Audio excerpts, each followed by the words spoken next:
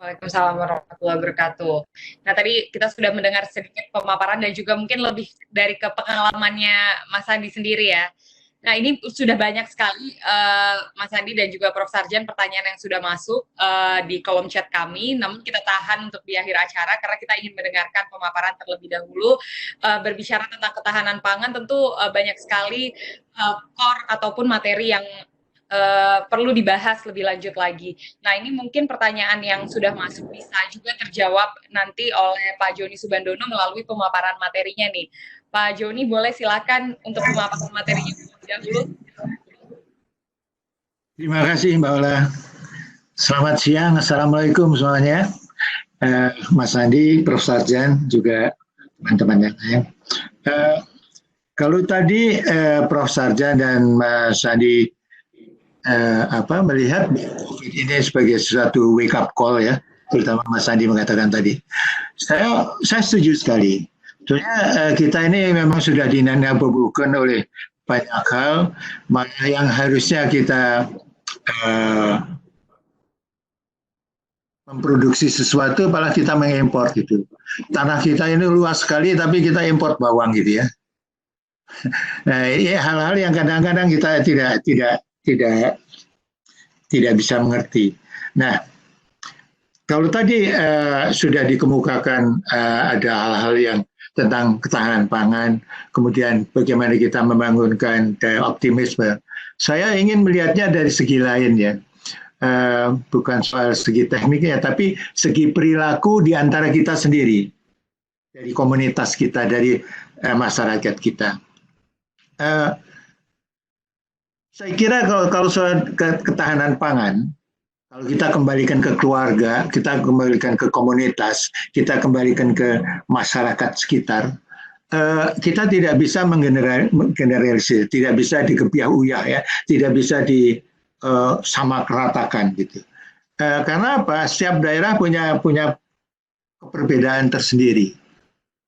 Jadi setiap daerah itu punya indifference ya. Nah, ini yang saya katakan, saya ingin mengajukan bahwa kalau kita ingin mengembangkan dan sebagainya, memang kita harus lihat karakter dari daerah itu. Artinya yang saya ingin sampaikan adalah apa yang dipunyai oleh daerah itu, yaitu yang saya sebut sebagai social capital. Jadi capital apa yang dipunyai oleh daerah itu, nah berdasarkan capital itulah kemudian dikembangkan gitu ya. Kalau tadi pertanian itu oke, pasti pertanian ya. Karena ada dua hal ini, ada dua. Satu daerah luar perkotaan, ya, satu lagi di perkotaan sendiri.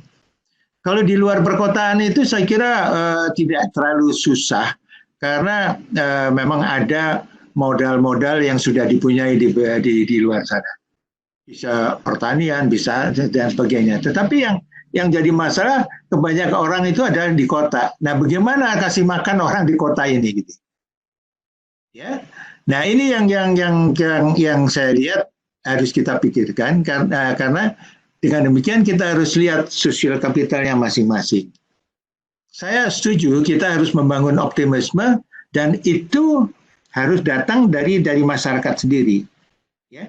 Nah, kalau tadi kita lihat dari social capital itu, Mas Ben bisa dilihatkan itu chart saya, Mas Ben.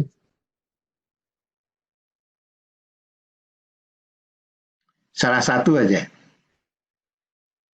Nah, ini saya ingin gambarkan social capital itu apa, gitu ya?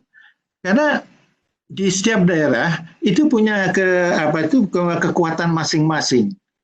Baik dilihat dari social network-nya, ada daerah yang begitu network-nya waduh, rapat sekali satu sama lain. Ada yang tidak. Daerah pertanian, daerah luar kota dengan orang-orang di kota berbeda loh, gitu ya. Kemudian trust. Saya lihat di desa-desa itu kadang-kadang mereka tidak kunci rumahnya, tapi jangan coba-coba tidak kunci rumah di kota gitu.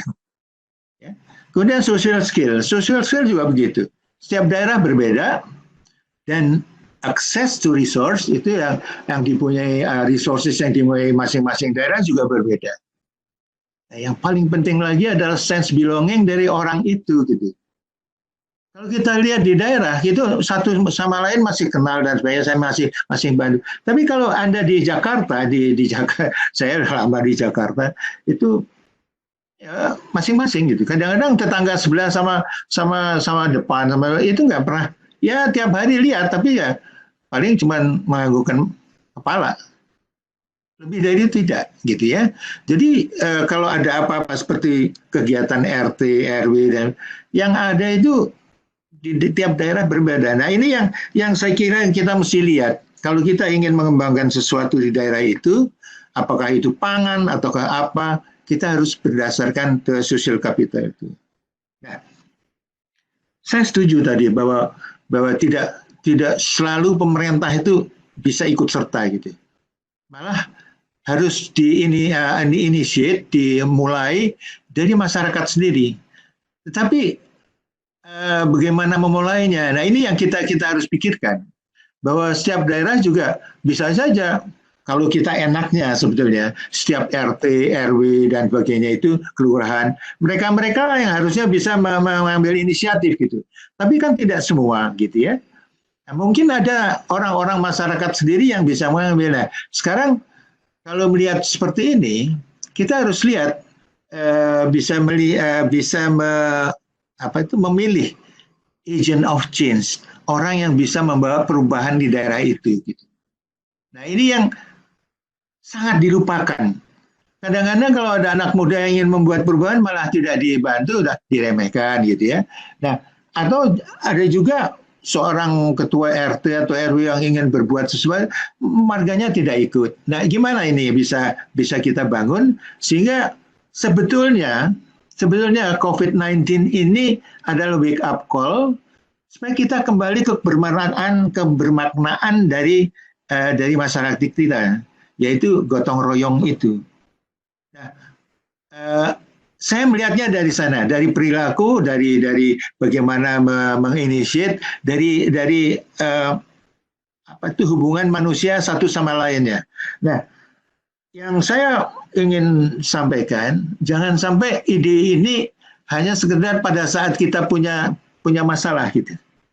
Biasanya kalau sudah punya masalah, itu dikerjakan habis itu habis. Kenapa kita tidak bisa membuat sesuatu yang membangunkan kita ini menjadi sesuatu yang ya kita kembali ke kebermaknaan yang kita punyai itu. Nah, saya ingin betul dalam beberapa hal. Ya salah satu begini, saya pernah melakukan intervensi, kebetulan background saya adalah intervensi sosial di satu daerah di Garut Selatan. Itu daerah itu sebenarnya subur, ditanamin apa saja, cuman tidak ada yang mengkoordinir. Saya lihat ada seorang guru lulusan S1 dari IKIP, kemudian dia guru di sana, dan dia ingin sekali, saya lihat, ini orangnya agent of change. Bukan lurahnya, bukan siapa-siapanya, ini guru ini. Sebut aja namanya Dedi. Dedi ini kemudian saya dekati dan sebagainya, saya ajak ngobrol. Wah, betul Pak, ini kemudian seperti dia menggerakkan semua teman-temannya yang muda-muda seperti dia dikumpulkan. Salah satunya gampang di daerah itu ditanam apa jadi yang saya anjurkan adalah tanam pisang.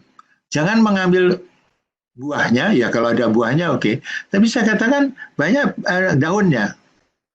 Katakan daun ini dikumpulkan tiap hari pasti ada, dan kemudian dari sana itu di Garut Selatan itu dekat Condong itu ada oplet yang tiap kali ke Garut. Nah, daun pisang ini digulung, di package, kemudian dikirimkan melalui si oplet ini. Sorenya mereka dapat uang. Simple. Nah, padahal orang yang di sana itu kalau soal beras dan sebagainya mereka punya. Makan itu tidak jadi masalah. Tapi hal-hal yang berhubungan dengan yang tidak bisa mereka buat sendiri, garam, gula, minyak dan sebagainya, itu mereka butuhkan gitu. Nah, sebagai akibat mereka cari lagi, apalagi yang bisa dibuat lagi dengan apa itu dengan modal alam yang ada di sekitarnya banyak. Ini seperti kambing yang tadinya kalau bahasa Sundanya dikencarkan gitu, dibiarkan, itu dibuat mereka menjadi satu kandang-kandang dan kemudian dipilihin mana yang bisa dijual. Nah, itu menjadi rutin dan mereka bisa hidup gitu ya. Nah, itu kalau di kota saya lihat tadi Prof. Hadrian melihat ada yang hidroponik dan sebagainya. Kebetulan saya punya teman di Bandung yang memang ahli hidroponik. Dia membuat hidroponik di rumahnya sendiri pada saat COVID ini, kemudian melihat tetangga-tetangganya melihat, dan kemudian meniru, bukan hanya tetangga, tapi orang-orang yang di luar yang melihat, karena dia juga aktif di Facebook, di mana, kemudian belajar dari dia gitu. Nah, kalau hal seperti ini dikoordinir dengan baik, tentunya akan bisa membuat ketahanan pangan dan sebagainya itu tidak jadi masalah gitu ya. Nah, kalau di daerah luar yang tanahnya masih luas, mungkin tidak terlalu susah karena ada tanahnya. Tapi bagi mereka yang di kota, nah ini yang menjadi pemikiran bagaimana menciptakan suatu aktivitas yang bisa menghasilkan pangan buat mereka sendiri gitu. Mungkin ya tidak semuanya, tapi ada hal-hal yang ya bisa membantu mereka untuk bisa ya bertahan gitu. Itu saja yang saya ingin sampaikan, dan saya kira apa yang saya sampaikan itu kalau ini dilakukan pasti kita optimis kok bisa bekerja tidak sendiri tapi bersama gitu. Nah, ini yang harusnya kita bisa bangun kembali sehingga kita tidak terpengaruh menjadi individualistis, tapi menjadi ya masyarakat yang saling membantu sama lain. Itu saja yang ingin saya sampaikan. Mudah-mudahan ini bisa membantu diskusi kita. Terima kasih.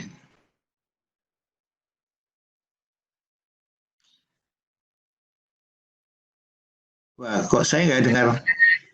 Oke, sorry.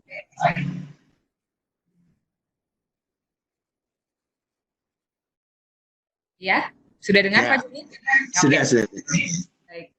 Tadi masing-masing dari narasumber kita sudah memberikan poin ya, dan poinnya sangat baik dan mengundang banyak sekali pertanyaan yang masuk. Ini kalau tadi kita mengutip sedikit, Pak Joni berbicara tentang social capital gitu, bagaimana ini masyarakat juga bisa sama-sama membangun. Sama mungkin konsepnya tadi yang kalau kita bicara program tadi sudah dibicarakan Prof. Sarjan gitu ya, one man one village gitu ya, one company one village. Nah, itu juga banyak sekali nih Pak pertanyaan yang masuk. Nah, kalau tadi juga Pak Sandi berbicara tentang, ya mungkin karena Pak Sandi juga S3 yang ngambil strategic management nih ya, jadi juga tadi bicaranya banyak berkaitan tentang itu gitu, bagaimana sebetulnya berdasarkan experience ini kita bisa mengambil sebuah langkah strategis untuk bisa bertahan di tengah situasi saat ini. Nah, untuk mengawali pertanyaan yang sudah masuk dari beberapa peserta kita, sudah ada Mbak Risti Permani. Mbak Risti Permani ini akan mengawali pertanyaan dari question and answer kita, karena memang Mbak Risti ini adalah seorang senior pengajar senior di Deakin University. Mbak Risti, sudah boleh nih mengawali pertanyaan kita di sini. Terima kasih Mbak Ola. Assalamualaikum warahmatullahi wabarakatuh. Terima kasih Pak Sandi, Pak Joni, dan Profesor Sarjan. Temanya saling melengkapi tentang ketahanan pangan. Saya sebetulnya punya 3 pertanyaan kesempatan untuk belajar dari beliau-beliau ini. Terutama yang pertama adalah belajar dari Profesor Sarjan tadi mengenai one village one company. Terus kemudian Bang Sandi juga bilang one village one product. Memang natural resources-nya Indonesia disebutnya berlimpah ya. Cuman kalau kita melihat perbedaan antara wilayah, sebetulnya misalnya sebagian besar tanah di Jawa lumayan lebih subur dibanding dengan negara lain. Yang dikhawatirkan kalau dari perspektif saya mungkin masalah akses, kemudian masalah akses. Dan masalah akses ini juga adalah pilar yang ketika kita melihat ketahanan pangan, kan ada 4 pilar. Ketersediaan pangan, akses, utility atau kualitas pangan, dan kemudian stabilitas terhadap 3 pilar sebelumnya. Dan belajar dari krisis sebelumnya, akses itu yang selalu dikhawatirkan walaupun ada produksi pangan yang berlimpah, tapi kalau masyarakat kehilangan pekerjaan dan penurunan income, mereka tidak bisa mengakses itu. Dan kembali lagi ke konsep One Village One Company ini, bagaimana mensiasati ketika ya natural resources-nya berbeda antara satu wilayah dengan yang wilayah lain. Apakah kita masih bisa scaling up konsep ini? Karena dikhawatirkan ini hanya is only gonna work in Java Island, tapi mungkin ketika kita menarik ke misalnya timur Indonesia, itu menjadi sulit. Kemudian yang kedua, ya alhamdulillah tadi Bang Sandi juga sudah menyebutkan tentang peranan youth ya, anak-anak muda. Kebetulan saya berkesempatan kerjasama dengan teman-teman dan guru-guru saya sebetulnya di IPB, Institut Pertanian Bogor. Kita mengadakan project mengenai inovasi dan juga resilience dari agriculture youth di Indonesia dan juga di Australia. Jadi ada program exchange yang walaupun terdampak oleh COVID ini. Dan yang saya lihat dari sektor pertanian ini, sepertinya education kan juga penting ya. Jadi dan model yang masih diadopt oleh mungkin beberapa universitas dan juga bagaimana pemerintah misalnya address tentang penyuluhan itu kurang mengikuti target market yang seharusnya generasi muda ini yang menjadi penggerak pertanian gitu. Memang sudah ada model-model seperti inkubator, akselerator. Saya mungkin pertanyaan ke Bang Sandi, bagaimana ini untuk kita merubah model pendidikan yang lebih tepat sehingga sektor pertanian itu makin dilihat oleh generasi muda itu sebagai it's a sexy thing for the lack of better word, dan juga terus menjanjikan. Dan yang terakhir Mbak Ola, saya ingin menaikkan lagi. Tadi Bang Sandi bilang bahwa ini kesempatan kebangkitan, mungkin ini kesempatan untuk Indonesia untuk bangkit, terutama sektor pertaniannya. Kalau kita melihat di konteks global, diprediksi jumlah orang yang kelaparan akan double ya, jadi 265 juta. Dan terutama ini, dan menariknya ini hanya terkonsentrasi di 55 negara, terutama di Afrika. Kalau memang Indonesia kita bisa survive, kita belajar dari krisis sebelumnya dan kita bisa survive, kita bisa sebetulnya justru membantu secara global. Pertanyaan saya, apakah kita di posisi itu? Kita bisa membantu masyarakat global untuk address ketahanan pangan ini, global food security. Memang satu penanya yang mengatakan ranking kita masih di sebetulnya tahun 2019 ranking 62 dari 113 negara. We're not at the top yet, tapi mungkin dengan ini kita juga semakin melihat apakah kita siap untuk play leadership role misalnya di ASEAN atau di global. Terima kasih.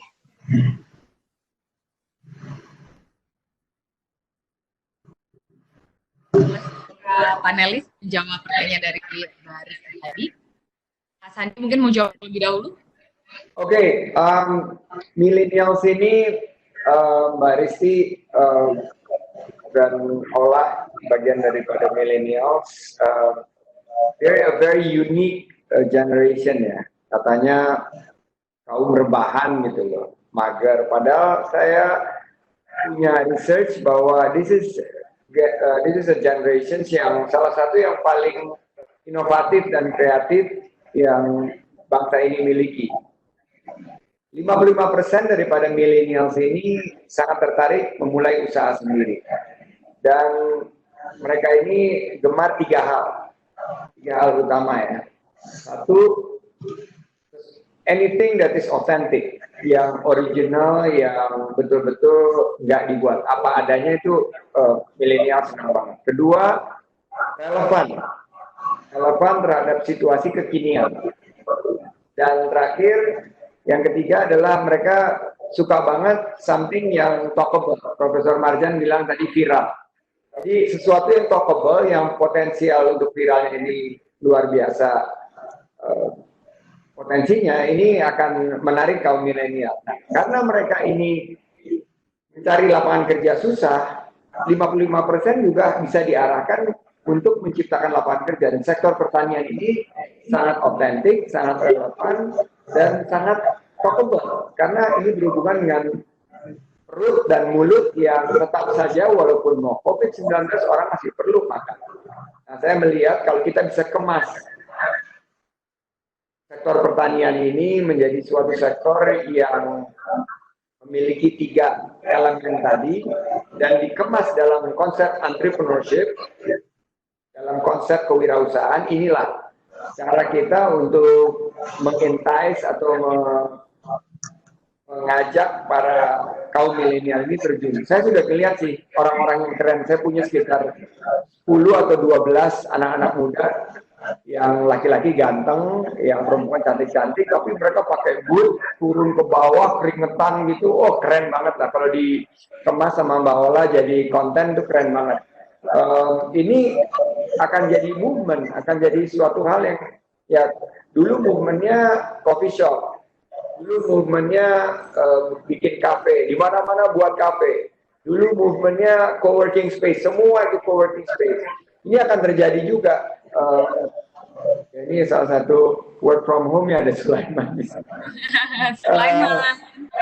Sulaiman. Jadi saya yakin kalau kita bisa bikin ini dalam sebuah campaign yang kuat, yang relate ke anak-anak muda, saya percaya millennials ini akan berbondong-bondong masuk ke sektor pertanian, dan suddenly with technology and digital kita akan meningkatkan produktivitas kita. Saya ketemu tadi udah cerita tentang Andro Rahman ini di Sidrap, dia produktivitas sawahnya ini jauh lebih tinggi karena dia gunakan teknologi terkini.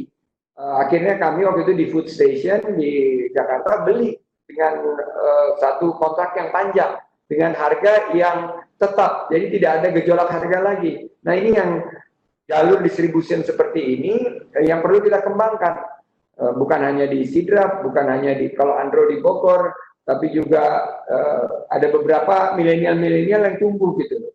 Di Riau saya ketemu juga para petani-petani milenial yang tumbuh berkembang. Tinggal kita dorong, saya yakin banget ini bisa berkembang juga nanti di Lombok Pak, di Mataram, Prof. Sarjan, saya yakin banget anak-anak muda di sana, sebagian di pariwisata. Nah, pariwisata itu kita pivot sedikit jadi pariwisata berbasis pangan. Wah, ini meledak. Menurut saya sangat melihat potensinya di situ. Demikian Ola sama Mbak Risti. Oke, baik. Tadi banyak sekali ya sebetulnya ciri khas milenial yang saat ini bisa kita masukkan untuk sektor ketahanan pangan ini. Nah, mungkin juga Mbak Risti ini juga jadi PR kita bersama nih, tentunya juga sebagai generasi muda untuk bisa mengedukasi masyarakatnya.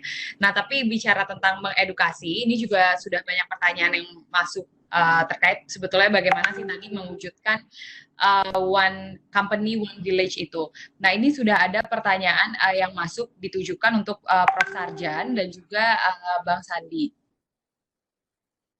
Sebentar.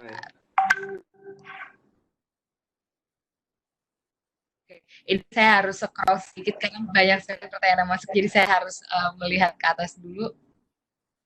Oke, nah ini pertama untuk Prof. Sarjan dulu, untuk konsep One Village One Company, apakah bisa digunakan untuk koperasi unit desa KUD yang telah ada? Prof. Baik, terima kasih Mbak Ola. Ya, jadi mungkin kalau boleh saya menanggapi apa yang disampaikan Mbak Risti memulai tadi. Mulai dari one village one company tadi, itu sebenarnya kita adopsi Mbak Risti dan yang penanya ya, bahwa pembangunan pertanian sudah dilaksanakan berbasis kawasan berdasarkan potensi lokal. Misalnya di tempat kami di Lombok ada kampung stroberi, ada kampung kelor, ada kampung unggas. Nah, itu artinya potensi-potensi lokal itu sebenarnya sudah terpetakan. Nah, mulailah kalau bisa melalui kawasan yang sudah terpetakan inilah yang kita buat sebagai kawasan yang bisa digarap oleh seorang pengusaha. Nah, ini maksud saya yang one company, one company, one village, one company. Kemudian tadi Ibu Resti juga mengenai anak muda. Ini persoalan.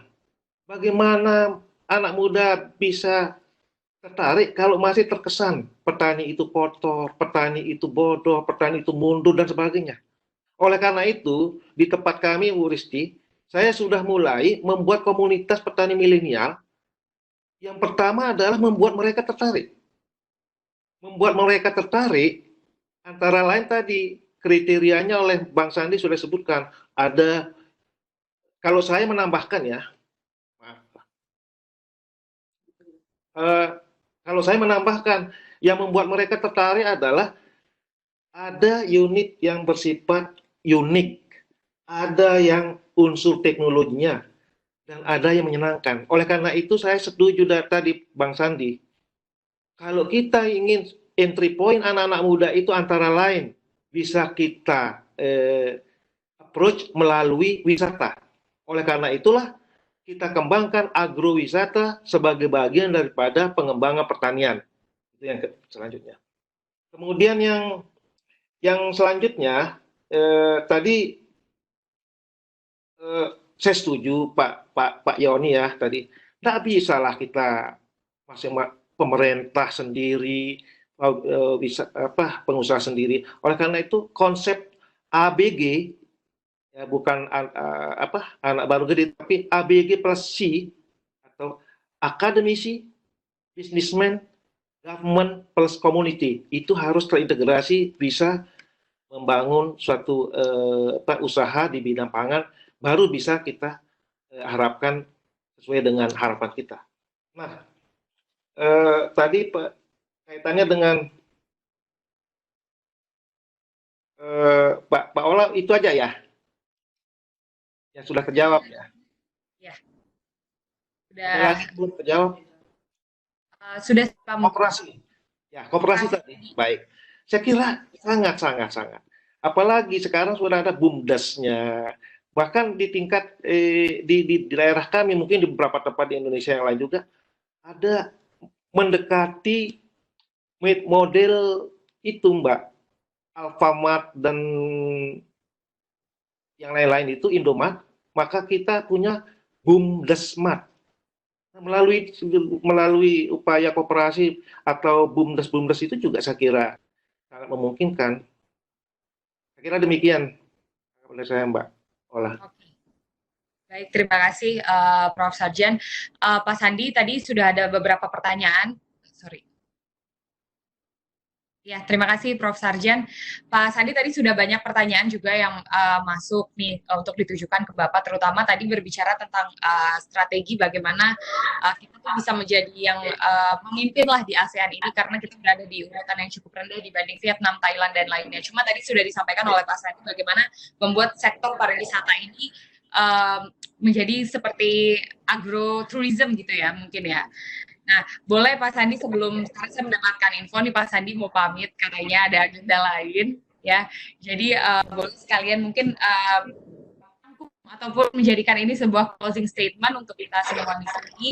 Dan juga untuk teman-teman ini saya mau info juga, sekalian mau nodong Pak Sandi, kita ada dari Kita Bisa untuk penggalangan dana COVID-19. Mungkin teman-teman nanti bisa lihat screen-nya, ada nanti dimasukin sama Pak Ben. Ya, ini dia, untuk sembako warga terdampak COVID-19. Ini campaign dari Agen Australia Bergerak. Teman-teman bisa ikutan bantu. Dan kembali lagi ke materinya, tadi iklan dulu sedikit, nggak apa-apa ya Pak Sandi?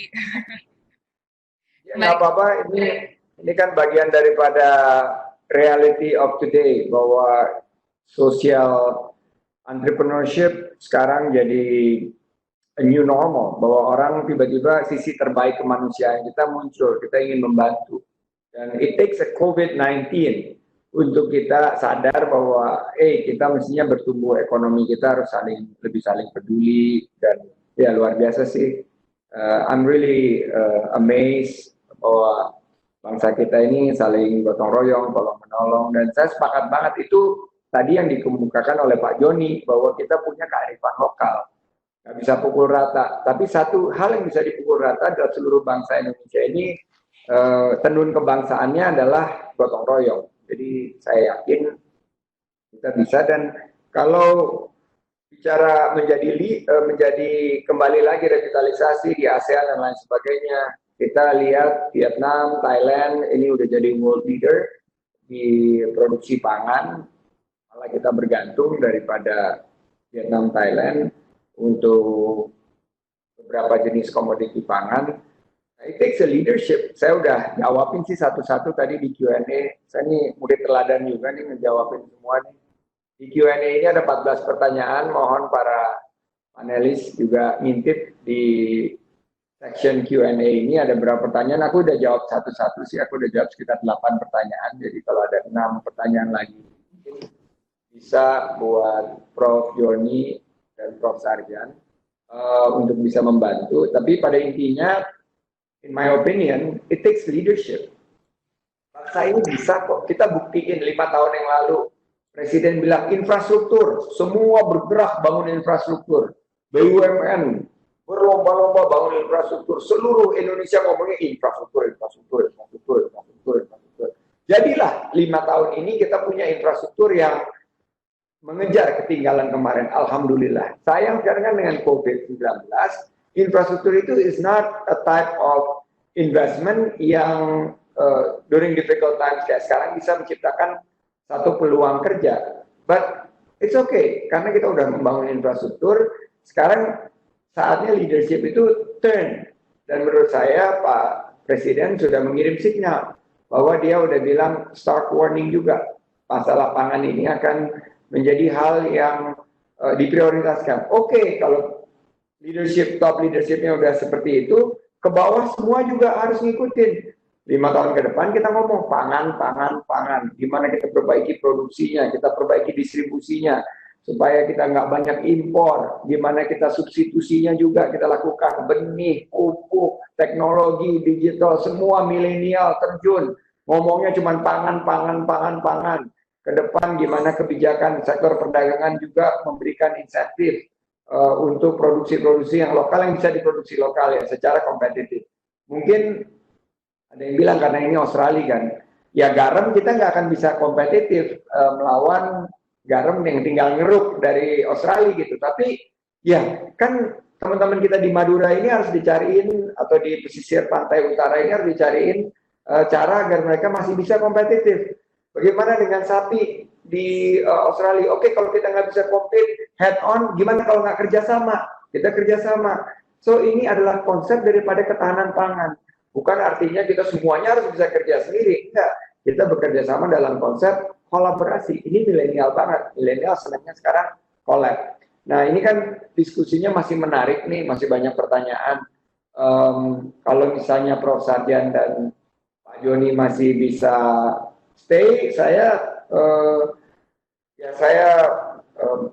persilakan. Walaupun saya harus step out karena ada, ini juga bagian daripada new normal nih. Tim kita ugal-ugalan bikin jadwal tuh tiap 1 jam ada Zoom session gitu, kayak kita nggak perlu istirahat gitu, dung gitu. Dan salah satu lagi dari new normal juga, we cannot be late for our next meeting, karena begitu late kita akan beruntun gitu loh, nggak bisa menyesuaikan kayak meeting physical. Jadi saya pamit, mohon izin, tapi mudah-mudahan diskusi ini bisa berlanjut setelah saya leave session ini. Saya ucapkan terima kasih kepada Mbak Ola, Mbak Diza, juga Mbak Rizky, Pak Iwan Wibisono, Pak Joni Subandono, dan Prof. Sarjan, dan Pak Ben, serta seluruh partisipan yang sudah bergabung di sini. Saya melihat ada 103 partisipan, dan luar biasa ini juga di amplify dengan beberapa kanal media sosial. Good day, Mike. Thank you very much. Dan sukses untuk teman-teman Australia. Juga kita ingin dorong untuk partisipasi di program Kita Bisanya untuk mendorong sahabat-sahabat kita yang terdampak COVID-19. Saya ucapkan terima kasih sekali lagi. Wassalamualaikum warahmatullahi wabarakatuh. Waalaikumsalam warahmatullahi wabarakatuh. Terima kasih Bang Sandi atas waktunya. Semoga cita-cita kita tercapai ya. Nih generasi milenial harus didorong nih, semuanya harus bicara tentang ketahanan pangan. Semua pada akhirnya akan peduli. Saya yakin hari itu akan sampai, Pak. Terima kasih, saya pamit dulu. Terima kasih Mas Andi.